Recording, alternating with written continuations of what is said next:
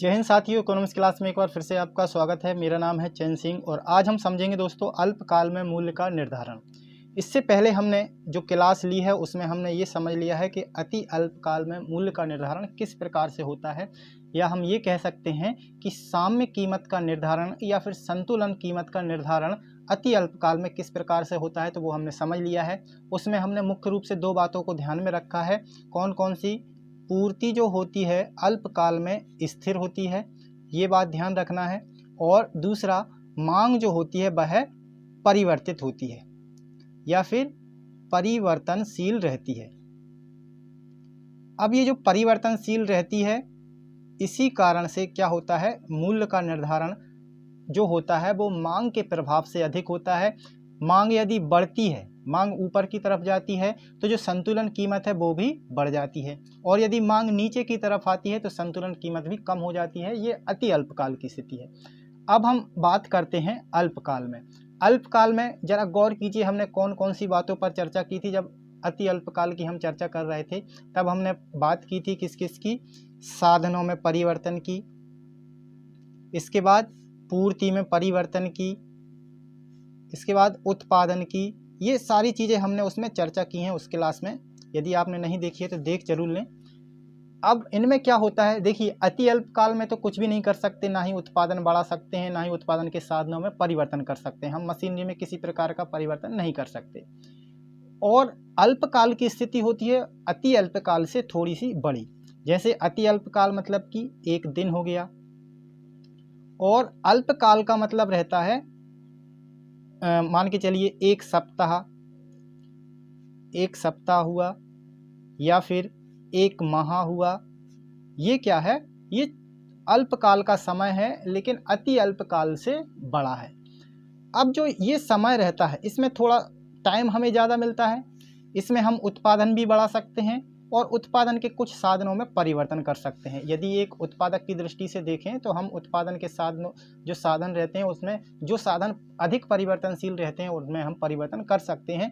ये सारी चीज़ें हम जब ये चैप्टर पढ़ रहे थे, पूर्ति, उत्पादन, साधन, उसमें हम आसानी से समझ चुके हैं। अब क्या करना है, हमें उन सभी बातों को यहाँ पर ध्यान रखना है कि अल्पकाल में किस प्रकार से हम उत्पादन में परिवर्तन कर सकते हैं, तो उसी के अनुसार हमें ग्राफ बनाना है। चलिए सबसे पहले ग्राफ बनाते हैं ताकि हमें आसानी से समझ में आ जाए, और आप लोग भी उसी चीज़ के लिए आए हुए हैं। तो चलिए स्टार्ट करते हैं। ये हमारा एक्स एक्सिस है, ये वाई एक्सिस है, ये यहाँ पर 0 रहता है। अब हमें क्या करना है, जैसे हमने अल्पकाल में क्या समझा हुआ था, देखिए अल्पकाल में हमने एक जो पूर्ति का वक्र था वो इस प्रकार से बनाया हुआ था। ये क्या था? ये हमारा पूर्ति का वक्र था। जो क्यू थी वह पूर्ति थी। यहाँ पर मांग और पूर्ति हम दोनों दिखा रहे हैं, तो जो मांग और पूर्ति है वो एक ही लाइन पर प्रेजेंट हो रही थी, क्योंकि वहाँ पर हम ना ही पूर्ति को बढ़ा सक रहे थे इस तरफ, और ना ही पूर्ति को घटा सक रहे थे। जितनी मार्केट में पूर्ति रहती है उतनी ही पाई जाती है। अब यहाँ पर जो हमारा मांग वक्र बन रहा था वो इस प्रकार से बन रहा था। ये क्या था? ये डी वक्र जो है वो इस प्रकार से यदि बनता है, और ये हमारा सप्लाई वक्र था। तो यहाँ पर हम क्या देख रहे थे कि इस बिंदु पर क्या हो रहा था, साम्य कीमत का निर्धारण हो रहा था। अब साम्य कीमत का निर्धारण हो रहा था, लेकिन मांग इसमें सबसे ज़्यादा प्रभाव डाल रही थी। किस प्रकार से? देखिए, यदि हम मांग का ग्राफ इस प्रकार से यहाँ बढ़ा देते हैं, ये हमने बढ़ा दिया है। अब बढ़ा दिया है मतलब कि क्या हो गया है, जो मांग है वह बढ़ती है, लेकिन पूर्ति में कोई प्रभाव पड़ता है क्या? नहीं पड़ता, नहीं पड़ता। इस कारण से जो कीमत है वो यहाँ बढ़ जाती है, P1 हो जाती है। ये मान लीजिए पहले P थी, यहाँ से बढ़कर कहाँ पहुँच गई है? P1 पे। तो कीमत तो बढ़ गई है, लेकिन मांग कितनी बड़ी हुई है? देखिए, मांग तो यहाँ तक है। मांग कहाँ तक हो रही है? अब ग्राफ यदि हम यहाँ तक बना रहे हैं तो मांग यहाँ तक हो रही है। मांग के अनुरूप इसमें पूर्ति में परिवर्तन नहीं हो रहा, क्योंकि Q यहाँ नहीं खिसक रहा है। अब यदि क्या कर देते हैं, मांग कम हो जाएगी, तो फिर जो हमारा डिमांड है वो यहाँ पर खिसक आएगा इस तरफ, ये नीचे की तरफ आ जाएगा। नीचे की तरफ डी वक्र हमारा आएगा, डी वक्र नीचे की तरफ आएगा तो फिर क्या होगा, कीमत नीचे हो जाएगी। तो ये तो थी अल्पकाल की स्थिति। अब हमें क्या करना है, हमें देखना, ये अति अल्पकाल की स्थिति थी। अब हमें अल्पकाल में देखना, जिसमें हम क्या कर सकते हैं कि पूर्ति को बढ़ा सकते हैं। या तो हम जो श्रम है, श्रम मतलब कि जो मजदूरों की संख्या है, मजदूरों की संख्या हम बढ़ाकर उत्पादन में थोड़ी सी वृद्धि कर सकते हैं। एक माह में या फिर एक सप्ताह में हमें थोड़ा टाइम मिलता है। तो इस कारण से क्या होता है, पूर्ति बढ़ जाती है अल्पकाल में। तो फिर कीमत का निर्धारण किस प्रकार से होगा? अभी तो इस प्रकार से ये अति अल्पकाल में हो रहा था। अब देखिए, मान लीजिए हम यहाँ से ये जो हमारी पूर्ति हो रही थी, इसी कीमत से हम क्या कर देते हैं, एक दूसरा ग्राफ बना लेते हैं। किसका ग्राफ बना लिया ये हमने? सप्लाई का।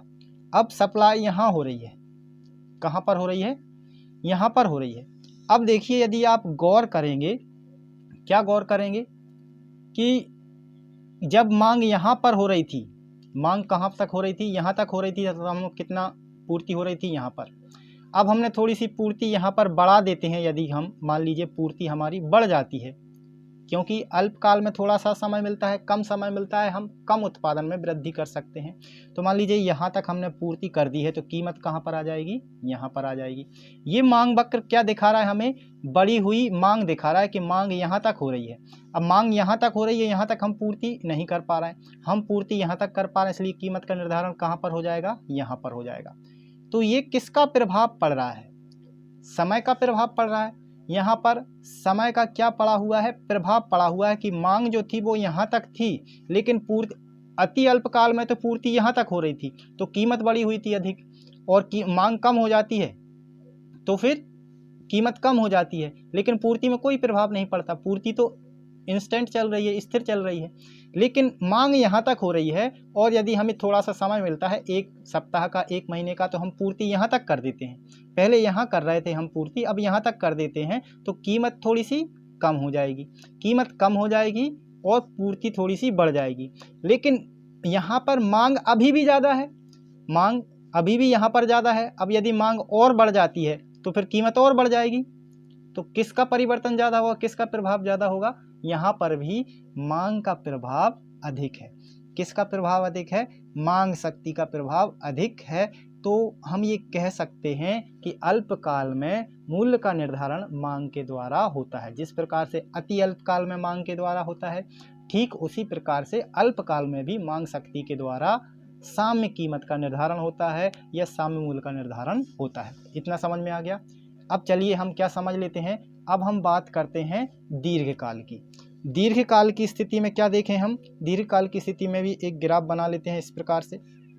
ये क्या हो गया? x, ये y। वैसे हम इसी ग्राफ में भी समझ सकते हैं, चलिए फिर भी हम अलग कर लेते हैं ताकि आपको कोई प्रॉब्लम ना हो। ये यहाँ पर मांग और पूर्ति है, इसका मैं थोड़ा सा फास्ट करूँगा, और ये यहाँ पर कीमत है। अब देखिए, जैसे अल्पकाल में तो ये हमारा स्थिर था,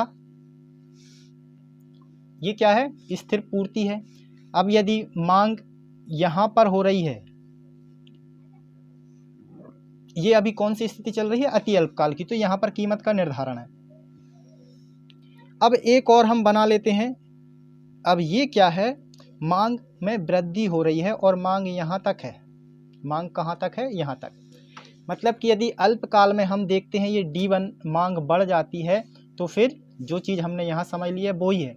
एक बार और ध्यान से समझ लो, यदि मांग बढ़ जाएगी तो यहाँ पर कीमत, पहले जैसे कीमत यहाँ पर है, P1 है, और Q यहाँ पर क्या है? पूर्ति है। तो यदि मांग यहाँ बढ़ती है यहाँ तक, तो सप्लाई तो नहीं बढ़ती है, सप्लाई यहाँ तक बढ़ जाती है, तो फिर ये मांग पूरी हो जाएगी मांग के अनुरूप। यदि जो Q है वो Q जो D यहाँ बन रहा है, D के यहाँ टच कर देगा, तो क्या हो जाएगा? जितनी मांग बाजार में उपलब्ध है उतनी पूर्ति हो गई है, इसका मतलब ये होगा। अब ये तो लेकिन हो नहीं रहा है, यहाँ पर ऐसा क्या हो रहा है कि मांग और ज़्यादा बढ़ रही है, मांग यहाँ तक हो रही है, लेकिन पूर्ति यहाँ हो रही है, पूर्ति कम हो रही है। तो कीमत क्या हो रही है? बढ़ जा रही है, कीमत यहाँ पहुँच जाएगी। ये देखिए कीमत बढ़कर कहाँ पहुँच जाती है? यहाँ पहुँच जाती है। अब हमें क्या करना है? अब हमें ये देखना है कि अल्पकाल में तो हमने ये देख लिया कि पूर्ति थोड़ी सी बढ़ा सकते हैं। जैसे ये ग्राफ हमने बना लिया, तो ये अल्पकाल का हो गया कि मांग यहाँ तक थी, लेकिन पूर्ति हमने यहाँ तक कर दी है। कहाँ तक कर दी है? इस बिंदु तक हमने पूर्ति कर दी है। पहले इस बिंदु तक थी, अब हमने पूर्ति यहाँ से बढ़ा दी है, तो कीमत भी बढ़ गई है, लेकिन पूर्ति भी बढ़ा दी है। पूर्ति यहाँ से यहाँ कर दी है, Q2 तक कर दी है। लेकिन क्या हुआ है? यहाँ पर जो मांग है वो यहाँ तक है। अब यहाँ तक यदि पूर्ति होगी, ये पूर्ति कब हो पाएगी? ये पूर्ति हो पाती है दीर्घकाल में। कौन सी स्थिति में हो पाती है? दीर्घकाल की स्थिति में हो पाती है। अब चलिए, अब जो स्थिर कीमत है, देखिए उत्पादक की जितनी लागत होती है उससे कम कीमत पर तो बेचेगा नहीं। अब मान लीजिए ये कीमत है, यहाँ तक इस कीमत को बनाए रखने के लिए उत्पादक क्या करेगा, पूर्ति कहाँ तक करेगा, यहाँ तक करेगा, यहाँ से नीचे नहीं करेगा। पूर्ति यहाँ से नीचे कर देगा तो फिर वो क्या हो जाएगा, कीमत ज़्यादा कम हो जाएगी, ज़्यादा कम हो जाएगी तो उत्पादक को लॉस हो जाएगा। तो उत्पादक यहाँ तक पूर्ति करेगा, कौन सी स्थिति में, ये S1 हो गया मान लीजिए अति अल्पकाल, ये S2 हो गया जहाँ तक वह पूर्ति नहीं कर पा रहा है। मांग उसकी कहाँ तक थी, यहाँ तक थी, लेकिन पूर्ति कहाँ तक कर रहा है, वो यहाँ तक। अब वह पूर्ति कहाँ तक कर रहा है, यहाँ तक कर रहा है, यहाँ तक मतलब कि Q3 तक, ये Q1, ये Q2, ये Q3 तक, यहाँ तक उसने पूर्ति कर दी है। तो ये यहाँ पर क्या हो जाएगा, फिर संतुलन बिंदु हो जाएगा। संतुलन बिंदु मतलब कि कीमत का निर्धारण, कीमत का निर्धारण मतलब कि साम्य कीमत का या फिर साम्य बिंदु का निर्धारण, यहाँ पर ये हो जाएगा। ये है दीर्घकाल का और ये है अल्पकाल का, ये है अति अल्पकाल का। अब यहाँ से यहाँ तक यदि हम देखते हैं तो ये किसका प्रभाव पड़ रहा है, समय का प्रभाव पड़ रहा है। किस पर, कीमत निर्धारण में। कौन सी कीमत निर्धारण में, संतुलन की कीमत के निर्धारण में। इतना समझ में आ गया दोस्तों। बड़े आसान तरीके से मैंने समझाने का प्रयास किया है। यदि आपको एक बार में समझ में आ गया है तो बहुत अच्छी बात है, नहीं समझ में आया तो कमेंट करके ज़रूर बताइएगा। आज के लिए हम इतना ही छोड़ते हैं, क्योंकि देखिए इससे पहले हमने अति अल्पकाल समझा, उसी के साथ साथ फिर सारे ग्राफ हमने साथ में लिए हैं, तो थोड़ा सा कन्फ्यूजन ना हो इसलिए मैंने इतना ही आज हम करेंगे, इसके बाद फिर आगे बढ़ेंगे। तो ये तीनों स्थितियां तीसरे ग्राफ में है, आपको जो पुस्तक में भी ग्राफ दिए हैं उसमें भी आप देख सकते हैं, बिल्कुल सेम आपको मिलेगा। बस समझना है, हमें ध्यान रखना है कि कौन सी चीज़ कहाँ पर हो रही है। ये पहले का बिंदु है जहाँ पर कोई प्रभाव नहीं था, कीमत में कोई मांग में कोई वृद्धि या कमी नहीं थी, लेकिन मांग में जब वृद्धि होती है तो फिर क्या प्रभाव होता है, किस प्रकार से कीमत का निर्धारण होता है। देखिए मांग तो क्या रहती है, मार्केट में हमेशा कम या ज़्यादा होती रहती है, लेकिन पूर्ति उसके अनुरूप होती है, तो फिर जो कीमत रहती है वह संतुलित हो जाती है और थोड़ी सी कम हो जाती है। देखिए मांग अधिक थी, पूर्ति कम थी, तो कीमत ऊंची थी। उसके बाद अल्पकाल में पूर्ति थोड़ी सी बढ़ गई है तो कीमत यहाँ से घटकर यहाँ आ गई है, और दीर्घकाल में पूर्ति जितनी मांग है उतनी ज़्यादा हो गई है तो कीमत और कम हो गई है। अब उत्पादक पूर्ति और बढ़ा सकता है, लेकिन पूर्ति और बढ़ाएगा तो फिर उसको यहाँ तक भी पूर्ति कर सकता है, लेकिन कीमत कहाँ आ जाएगी, यहाँ पर आ जाएगी, तो कीमत नीचे पहुँच जाएगी, मतलब उत्पादक को हानि होने लगेगी। इतना समझ में आ गया। तो आज के लिए इतना काफ़ी है, मिलते हैं अगली क्लास में, तब तक के लिए जय हिंद, वंदे मातरम।